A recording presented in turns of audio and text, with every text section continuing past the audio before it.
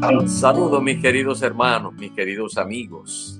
Aquí estamos de vuelta para hacerle entrega a otro cargamento de ricas bendiciones a través de Vida TV. Por supuesto, del ministerio al que estamos desarrollando, que vez tras vez se dispone a compartir con ustedes lo que Dios ha puesto como carga en nuestros corazones. La iglesia Plenitud tiene su voz a través de las redes sociales. Y Proyecto Real es la voz de la comunidad cristiana Plenitud. Quiero hacerle un comentario antes de entrar en la tarea, en el trabajo precioso que Dios me ha dado. He estado analizando y meditando acerca de los mensajes que una y otra vez usted habrá podido escuchar. A lo mejor le da like o sencillamente por complacernos, puede escuchar algo. Pero es que en nosotros, por ejemplo, yo en lo personal, como ministro del Evangelio, ministro del Señor Jesucristo, me siento feliz. Y yo sé que la gente de Vida TV también, todos los que configuramos este equipo, nos sentimos sumamente felices de compartir esto que vez tras vez hacemos a través de la sistematización, de entregar un mensaje que coadyuve, que conciba en usted el deseo ardiente de conocer más a su Señor. Yo no sé si le gusta el enfoque que le damos aquí a través de Proyecto Real. Pienso que sí, por la cantidad de likes y por las vistas que tenemos, que va en increciendo cada vez. Pero permítanme decirle y reafirmarle, muchas veces el mensaje usted se lo queda solo, pero es para que sea enviado a otras personas que usted conoce. Usted debe darle gracias a Dios porque existen personas como nosotros que nos empeñamos en cumplir cabalmente el trabajo que Dios nos ha encomendado, de estudiar, de indagar y luego compartir con ustedes lo que entendemos, lo que percibimos, porque sabemos que esta es inquietud que Dios pone en nuestros corazones. También eso lo han hecho conmigo. Yo escucho y me envían trabajos y me envían predicaciones, enseñanzas, estudios. Y esto es, le doy gracias a Dios porque existen otras personas, otros hermanos que se dedican arduamente a compartir lo que han entendido, lo que han buscado con diligencia. Demos de gracia lo que por gracia hemos recibido. Es por ello que nosotros, lo que hemos ido entendiendo, lo que percibimos acerca de los diferentes ministerios de la iglesia, nosotros lo compartimos con ustedes. Y si lo compartimos con ustedes, seguro estamos que es Dios quien pone carga en nuestros corazones para que en usted haya la información necesaria de conocerle a Él en los términos que Él quiere ser conocido. Así que dedíquele tiempo a escuchar programa tras programa. ¿Por qué? Porque primero es un esfuerzo y segundo es la insistencia de parte de Dios de que usted entienda. Como por ejemplo esto que vamos a compartir hoy. Tiene como título, es un asunto de identidad. Un asunto de identidad. Cuando hablamos de identidad, no es en el concepto explícito, sino ya refiriéndonos específicamente a ser parte de la iglesia, a ser iglesia. Yo me siento sumamente feliz, satisfecho. Yo diría una expresión bíblica, bienaventurado soy, porque me entiendo parte de la familia de Dios, porque soy iglesia, porque formo parte del cuerpo de Cristo. Y que cuando estamos estudiando y estamos indagando acerca de nuestro Señor y lo que ha hecho Jesucristo en favor de su cuerpo, que es la iglesia, bueno, al estudiar nos damos cuenta de toda una trayectoria de paciencia divina en la que nos damos cuenta de cuánto ha ido Dios trabajando en la historia con el hombre. El judaísmo, tendremos que decirlo así, precede al cristianismo. En cierta forma, el judaísmo precede al cristianismo. El judaísmo es la religión de los judíos, de la interpretación de lo que ellos hacen de la Torá, de la Tanaj, en todo caso del Antiguo Testamento. Entonces, ellos hacen un estudio y fijan una posición historial, pero la iglesia irrumpe porque es el plan de Dios. La iglesia es plan de Dios.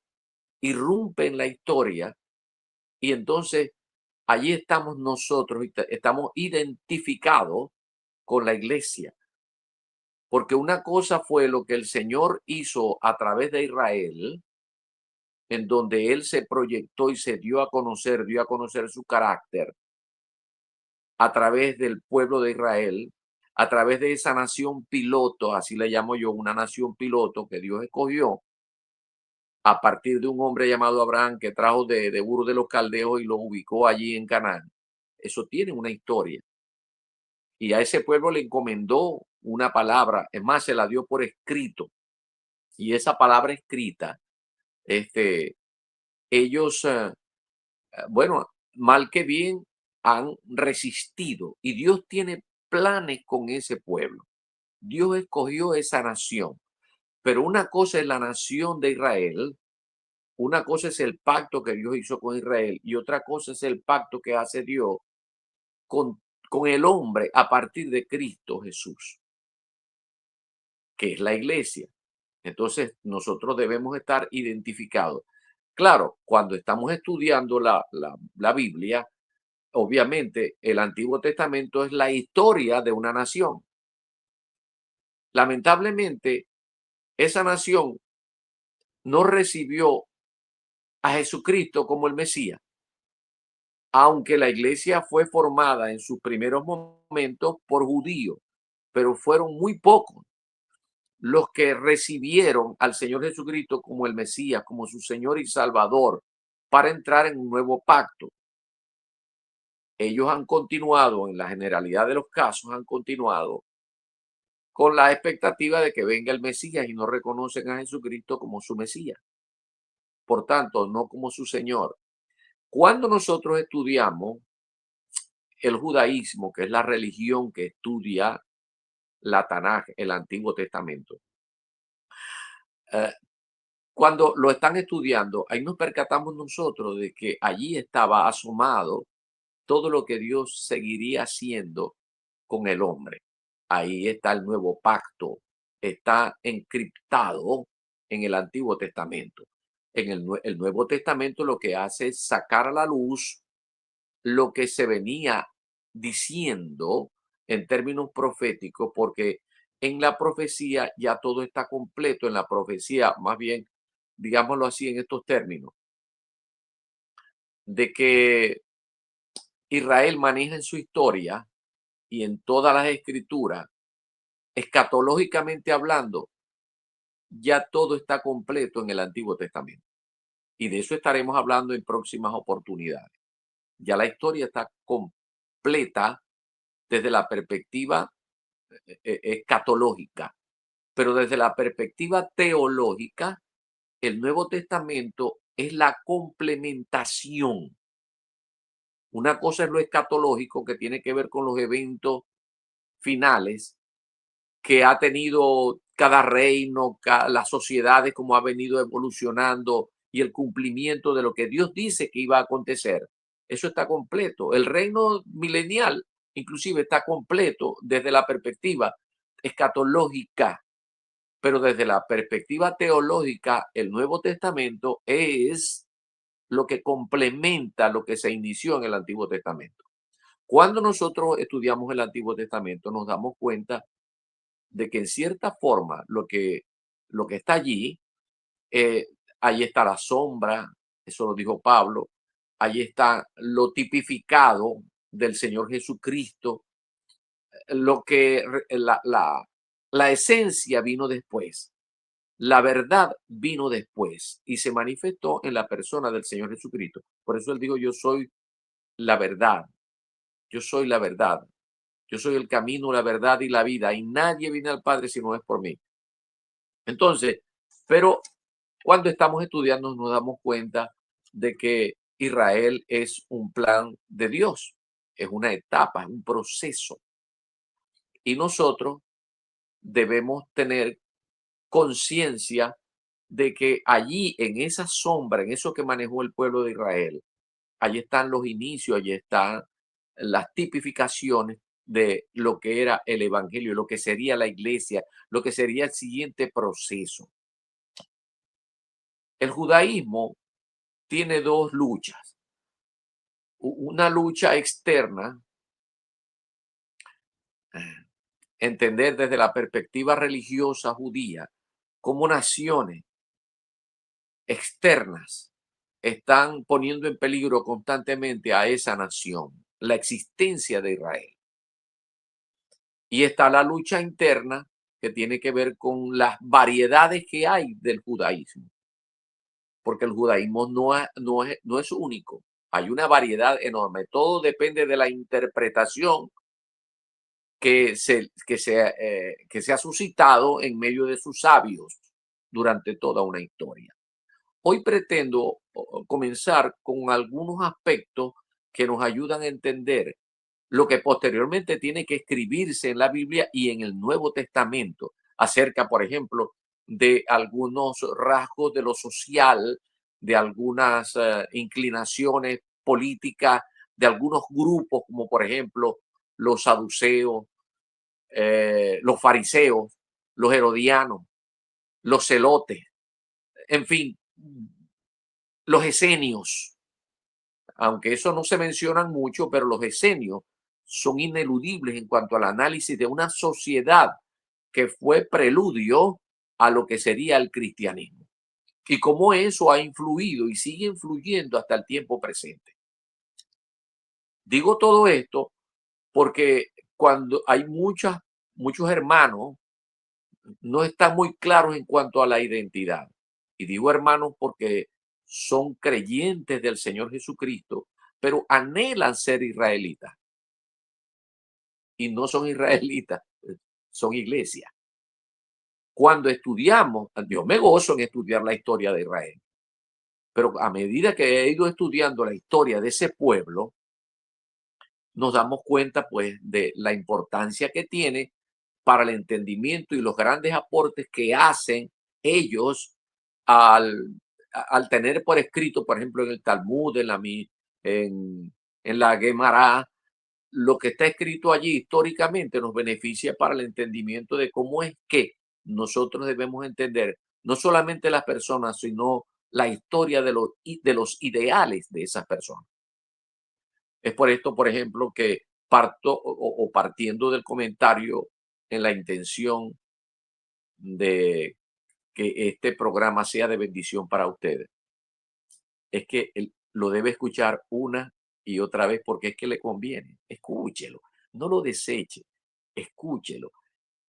No para que usted idolatre lo que estamos diciendo, sino que usted sea provocado a investigar, porque hoy más que nunca, como cristianos, como creyentes, debemos enfatizar en lo teológico y no ser solamente un creyente de orden empírico o que por lo menos usted se tenga que basar en lo que opina fulanito de tal, el ministro tal, porque estamos viviendo un nuevo pacto. Hay una forma nueva en la que Dios está tratando con el hombre. Pero usted debe ser estudioso, debe indagar acerca de su Salvador, de qué es lo que ha hecho y cómo es que Él aspira que usted, mi querido hermano, se sume al conocer de su plan para ser más específico en plantear lo que significa el Evangelio y cómo es que podemos afectar a nuestros semejantes para que formen parte de la familia de Dios. Porque al fin y al cabo esto forma parte de la gran comisión. Tenemos que predicar el Evangelio a toda criatura.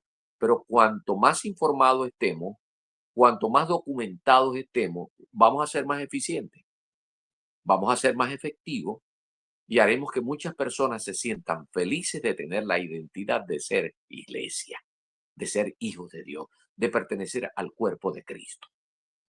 Volvamos entonces si hay un periodo que nos puede hacer muchos aportes eh, a lo que es el cristianismo, cómo surge, es el entorno de una sociedad del pueblo de Israel, el contexto histórico.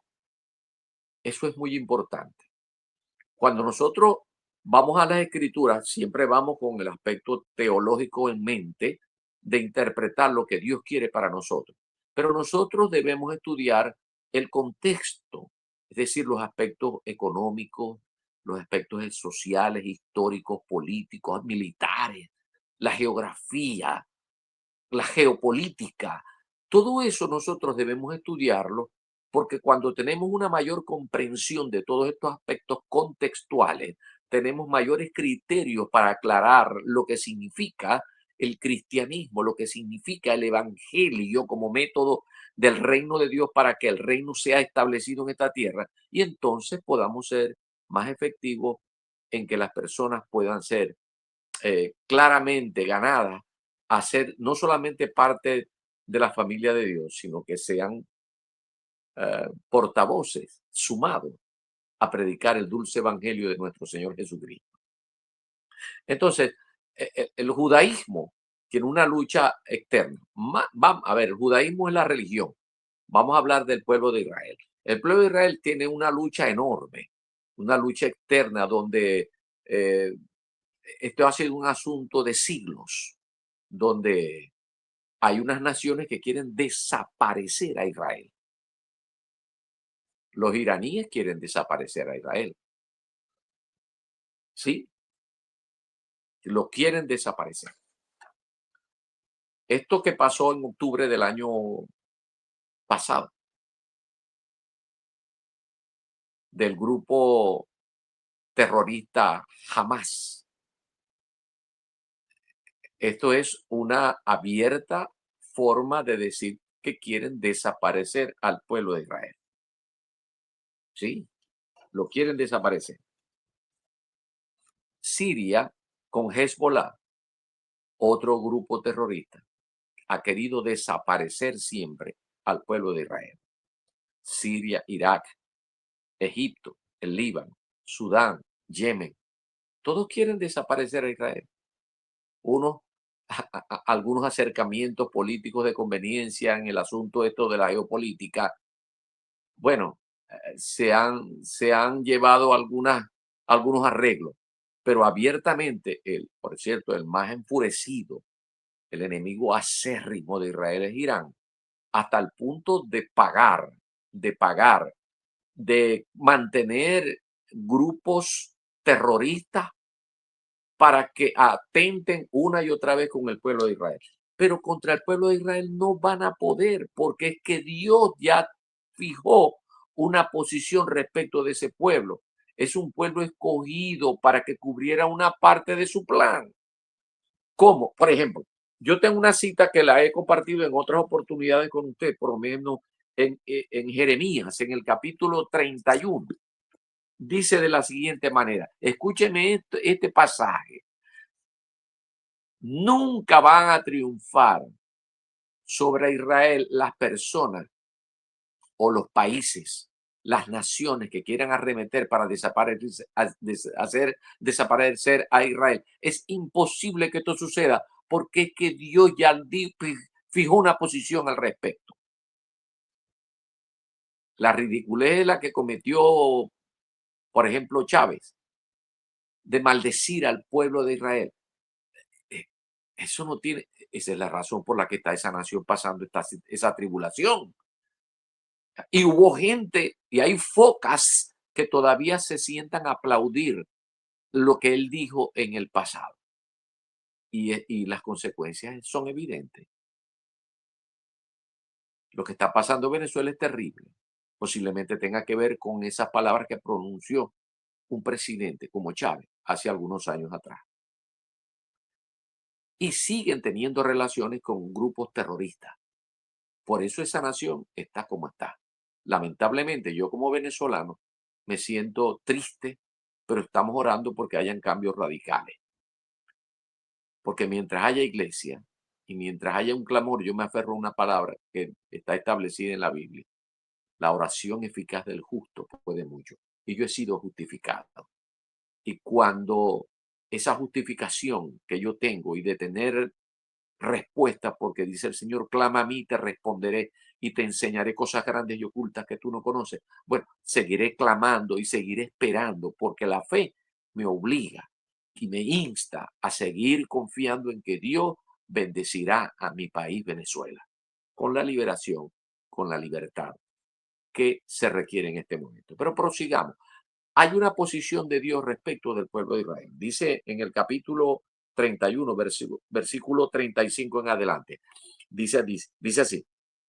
Así ha dicho Jehová, que da el sol para luz del día, las leyes de la luna y de las estrellas para luz de la noche, que parte el mar y braman sus ondas. Jehová de los ejércitos es su nombre. Y dice en el versículo 36, que es cuando comienza el asunto.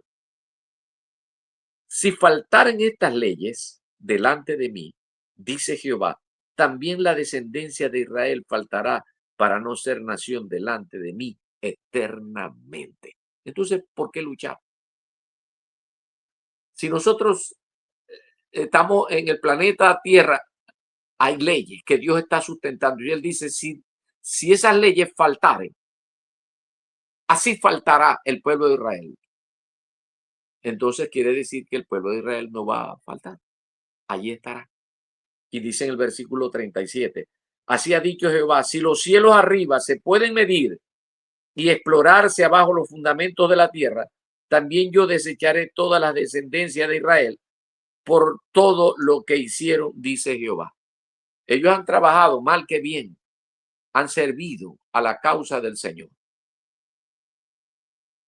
Que no lo recibieron, ese es su problema, pero Dios los escogió como una nación piloto. Dios los escogió como los primogénitos de entre las naciones.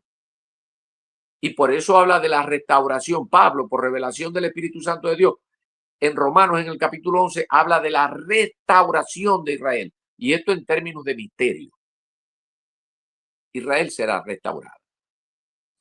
Ahora, los que no quieran ser restaurados, los que en este momento tienen ocasión, los que son de Israel, si reciben al Señor Jesucristo, entonces son parte de la iglesia. Si no, tendrán que pasar por un momento difícil que se habla pero en Jeremías, por cierto, en el capítulo 30, versículo 7, que habla del tiempo difícil de Israel, del tiempo de una persecución, en otras palabras, de lo que después escribió Daniel cuando hablaba acerca de la gran tribulación.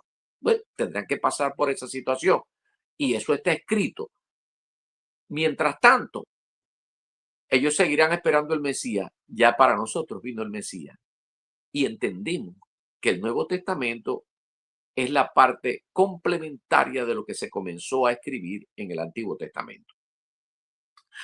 Bendito sea el Señor. Ahora, eh, hay un periodo que se llama el intertestamentario.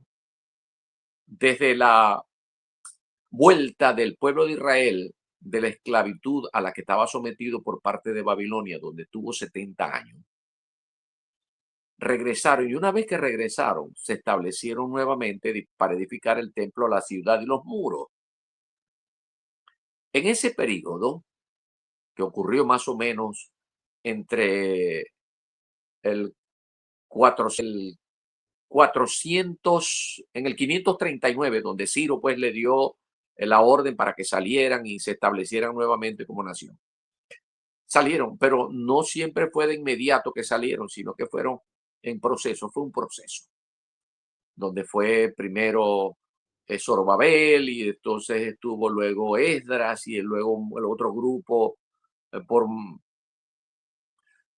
por otros líderes del pueblo de Israel.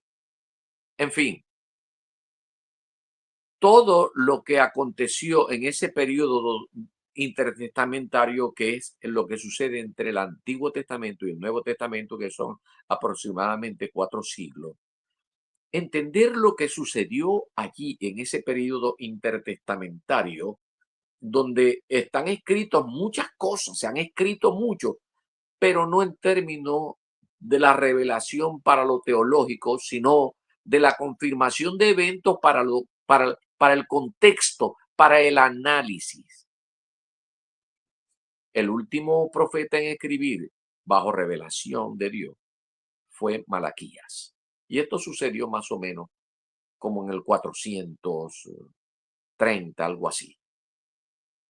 Pero desde el 430 hasta que apareció el Señor Jesucristo y entonces luego apareciera, ya no se escribió más nada bajo la perspectiva de la revelación de Dios, sino que siguieron escribiendo. En ese periodo, entender lo que pasó en ese periodo nos da mucha información acerca de cómo es que pensaba el judaísmo acerca de lo que sirvió como base para el cristianismo desde el momento en que se sucedió la resurrección del Señor Jesucristo, el nacimiento de la iglesia, la ascensión del Señor Jesucristo y la predicación del evangelio como método para que el reino de Dios sea establecido por parte de esta iglesia. En ese periodo sucedieron tantas cosas tan interesantes que nos llevaría una buena cantidad de tiempo el compartirla con ustedes. Pero lo haremos.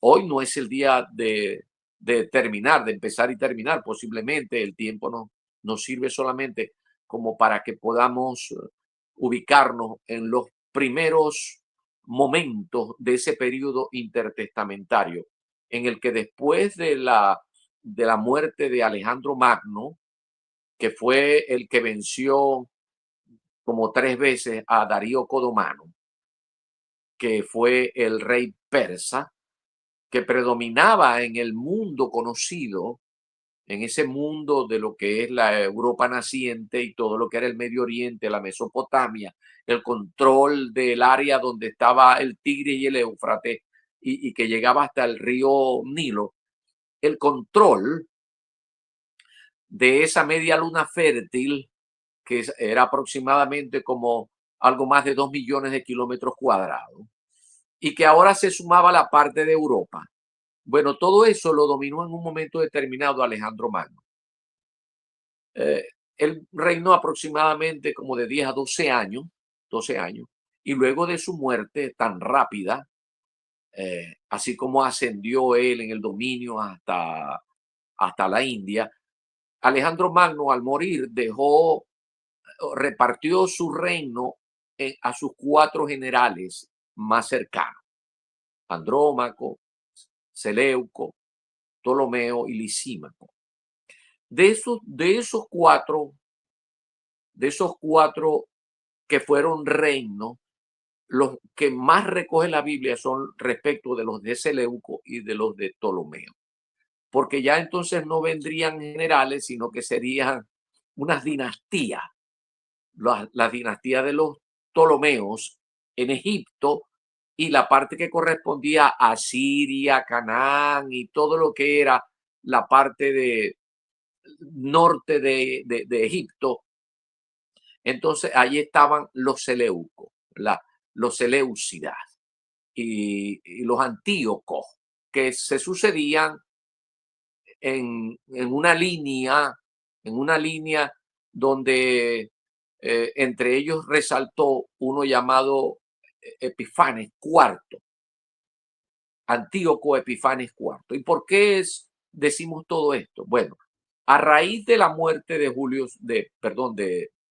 Alejandro Magno, él tenía un trabajo en mente y era helenizar toda la tierra que conquistó, llevar la cultura helénica, llevar la cultura de los griegos, llevar el pensamiento de los griegos, toda la forma de vivir, la cosmovisión que ellos tenían, la filosofía con la que ellos vivían. Entonces eso lo trasladó, inclusive creó ciudades, entre ellos Alejandría, que se crearon en su nombre, por cierto, y muchos de esos eh, reyes que estaban bajo dinastía querían seguir los planes de Alejandro Magno. Comparto con ustedes lo que escribí en otra oportunidad, pero lo comparto con ustedes. En la época, por ejemplo, de Antíoco Epifanes, y digo Antíoco Epifanes IV, porque fue aquel rey que arremetió contra el pueblo de Israel y el que se practicara algunos actos religiosos como lo que venía realizando el pueblo de Israel la, este, atendiendo la Torá y la vida religiosa que ellos tenían. En la época de Antíoco, los sirios eran devotos de la cultura de Grecia. Antíoco buscaba continuar lo que consideraba el proceso de colonización civilizador de Alejandro el Grande. Para él, la cultura significaba la búsqueda del bien, el espíritu inquieto, inquisitivo y creativo de Grecia, lo que hoy podríamos llamar, pues, el espíritu científico. Se basaba en el supuesto de que el hombre es la medida de todas las cosas. La visión judía de la vida, por otra parte, era totalmente opuesta. La misión de Israel era poner en práctica la revelación de Jehová Dios, produciendo una sociedad humana ordenada que estuviera regida por la justicia y el amor de Dios, y no por la fuerza y la codicia humana. Esto generó grandes conflictos. Generó grandes conflictos no solamente de, entre los sirios y los israelitas, sino entre los israelitas mismos, porque algunos israelitas se identificaron con la cultura helénica hasta el punto de querer imitar, asimilaron, por ejemplo, el asunto no de los dioses, sino que les gustaba, por ejemplo, lo que estaba alrededor de la concepción y de la perspectiva que manejaban los herculanos. Aquellos, porque Hércules era un dios de los griegos, Zeus, el máximo, y Apolos.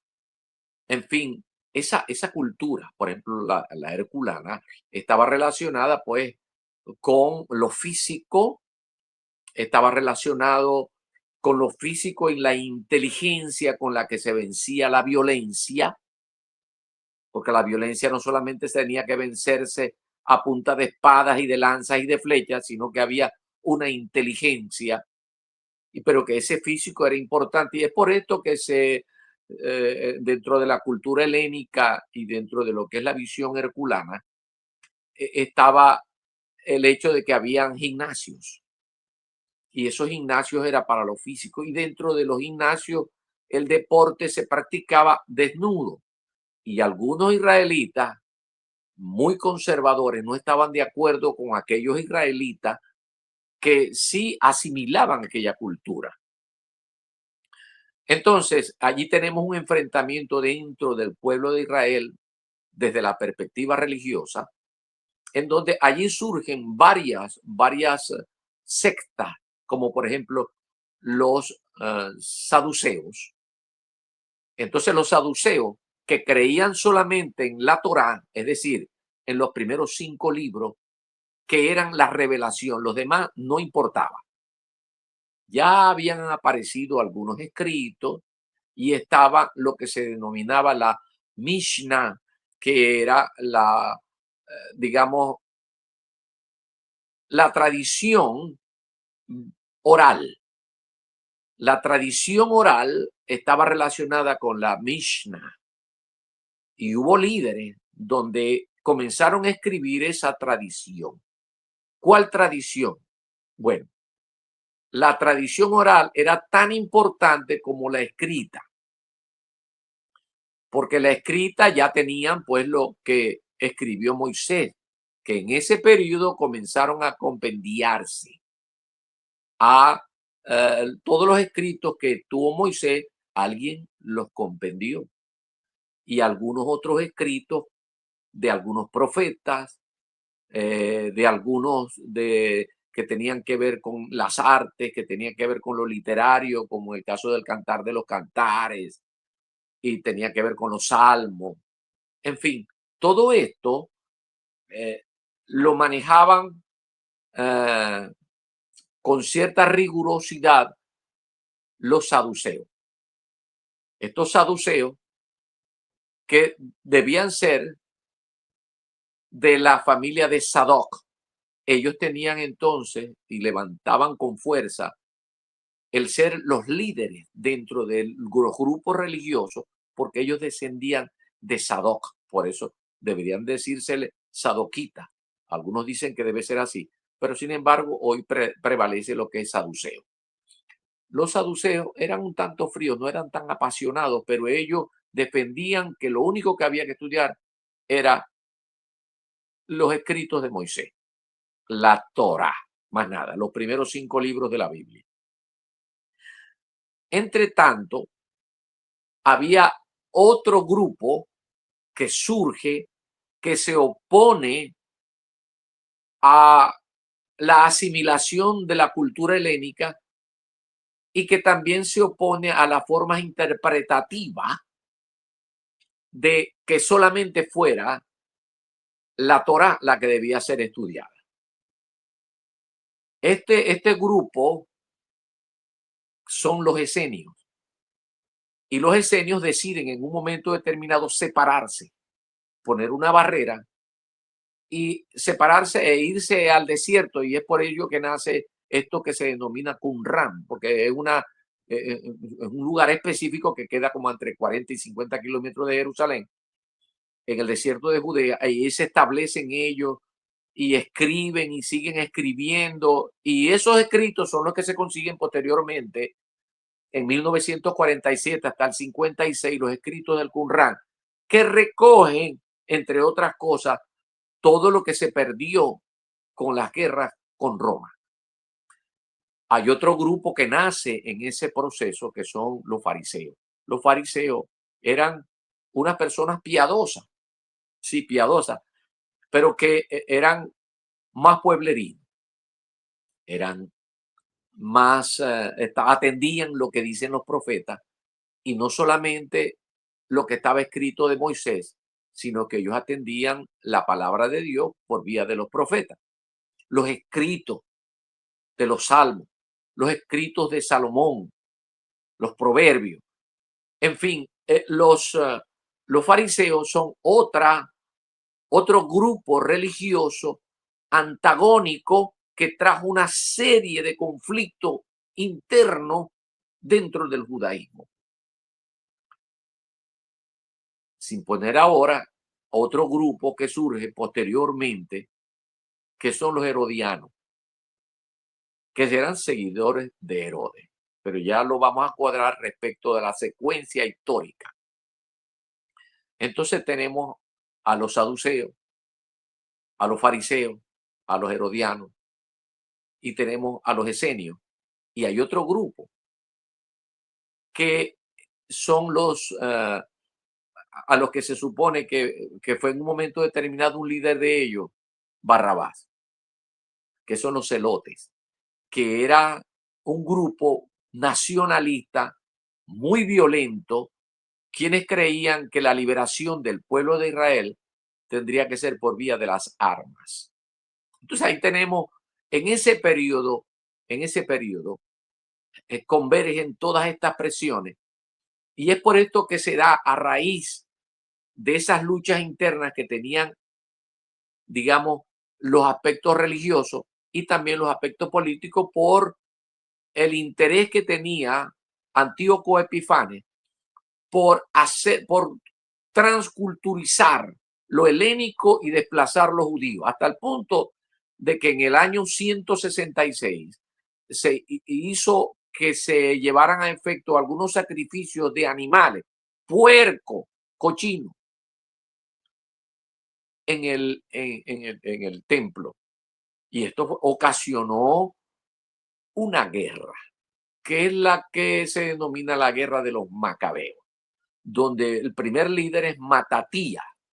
Matatía era eh, un levita, pero no descendiente de Sadoc, sino era un levita, uno de los que servían y tenían por tradición el temer a Dios y el escudriñar y todas estas cosas, pero llegó un momento en que había que tomar las armas y Matatía, que tenía varios hijos, inició pues el trabajo de beligerante, el trabajo de la guerra contra Antíoco Epifanes. Lo sucedió su hijo Judá, o Judas, perdón, Judas, Judas, luego Jonatán y luego Simón. Estos, este movimiento llamado la Guerra de los Macabeos duró, qué sé yo, como 9 años aproximadamente. Y entonces luego triunfan. Los israelitas triunfan sobre los sirios, dejan de ser sometidos y ya hay celebraciones que se hacen en torno a esa victoria hasta el día de hoy. Lo contradictorio es que Macabeos no pertenece, primera y segunda de Macabeos son libros que son históricos, puntos referenciales para entender un contexto, pero no forman parte de la revelación de la Tanaj, es decir, del Antiguo Testamento, que es lo que estudia el judaísmo. Pero sí lo toman como un punto histórico. Así también es para nosotros como creyentes, como cristianos.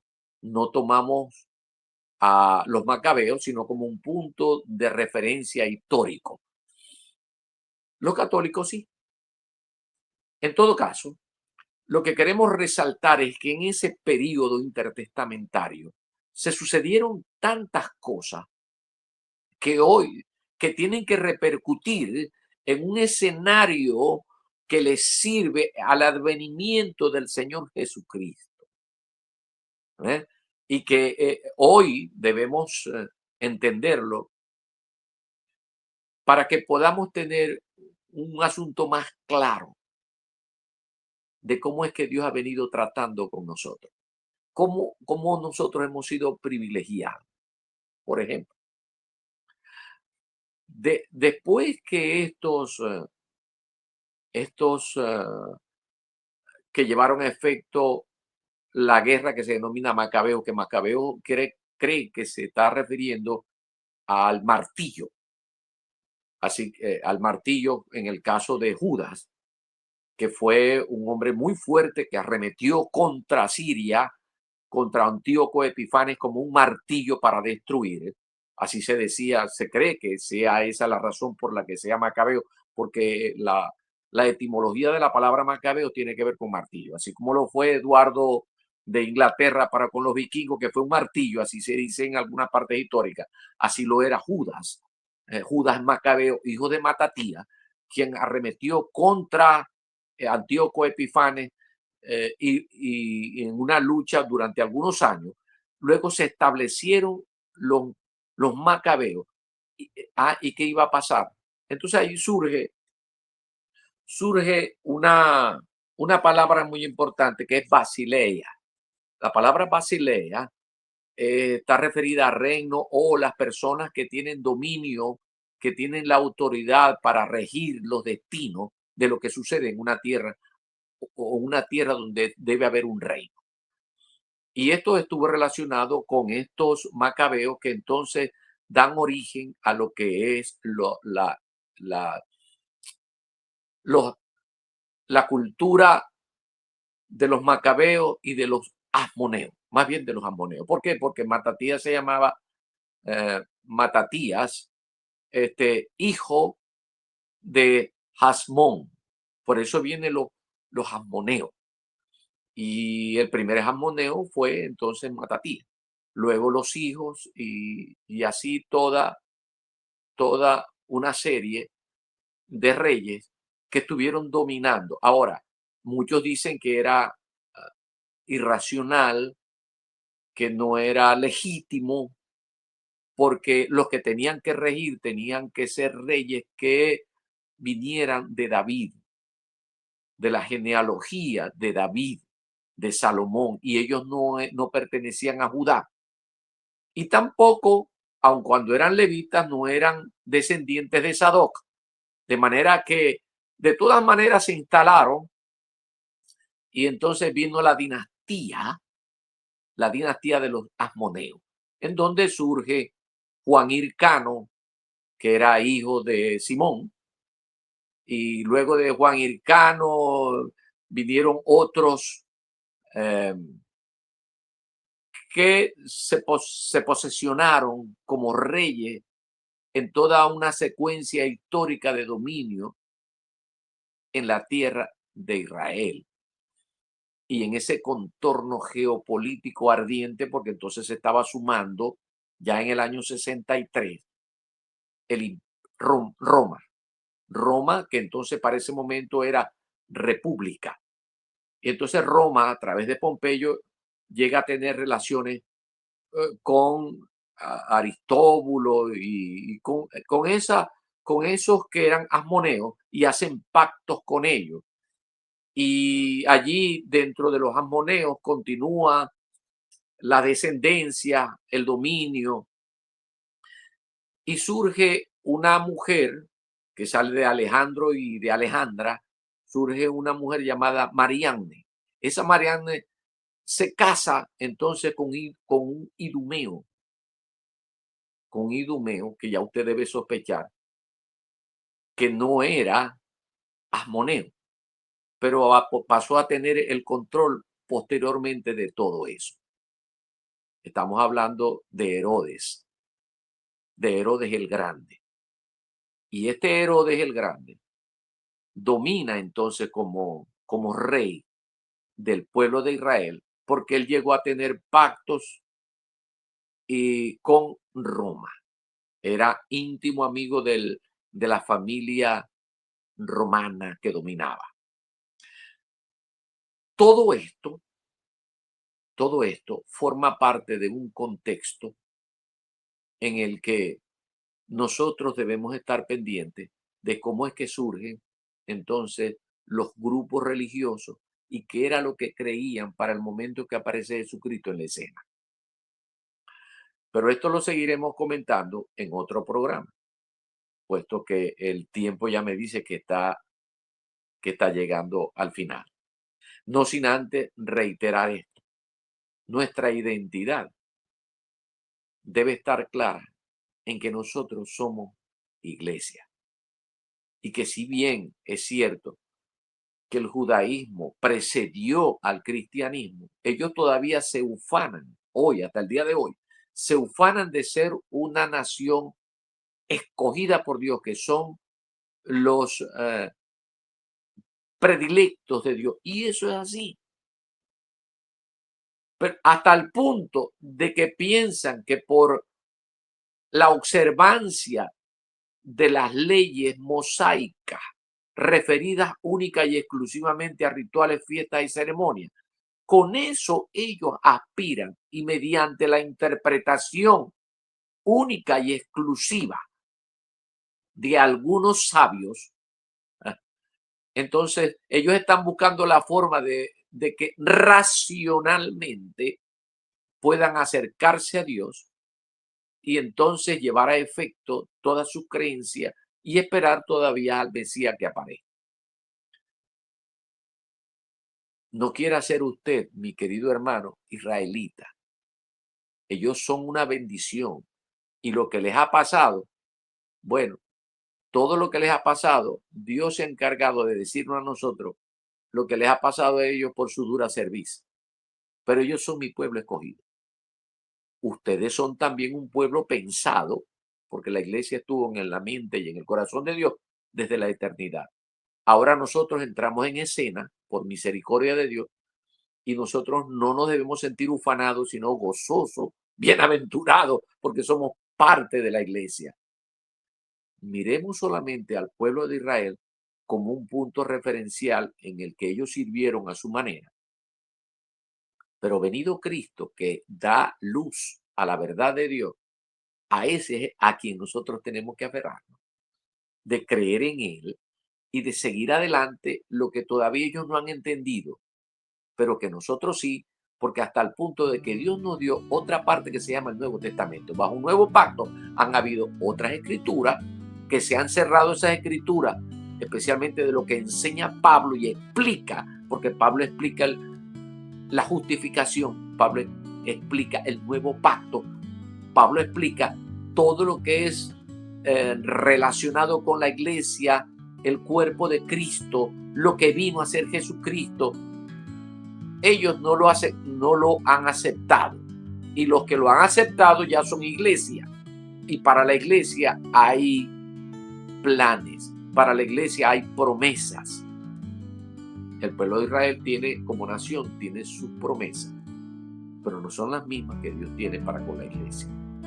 Por ahora es un asunto de identidad, de sentirnos iglesia. Seguiremos compartiendo más sobre esta temática que me parece que en el tiempo presente nosotros tenemos que analizar, puesto que han habido muchas corrientes judaizantes que han socavado mucho pensamiento cristiano y tienen a mucho pueblo de Dios medio confundido, y es tiempo de que nosotros salgamos a la palestra y tratemos de explicar la historia que nos ayuda a ubicarnos con gozo de lo que somos, la iglesia de Jesucristo. Vamos a detenernos en el comentario, no sin antes desear que usted eche hacia adelante lo que está escuchando hoy y pueda darle like. Así nosotros nos sentiremos muy gozosos de que usted esté analizando y esté atendiendo nuestro sencillo trabajo, que lo hacemos con el amor más grande, con el amor de Dios. Por ahora, que el Señor me los bendiga en su grado.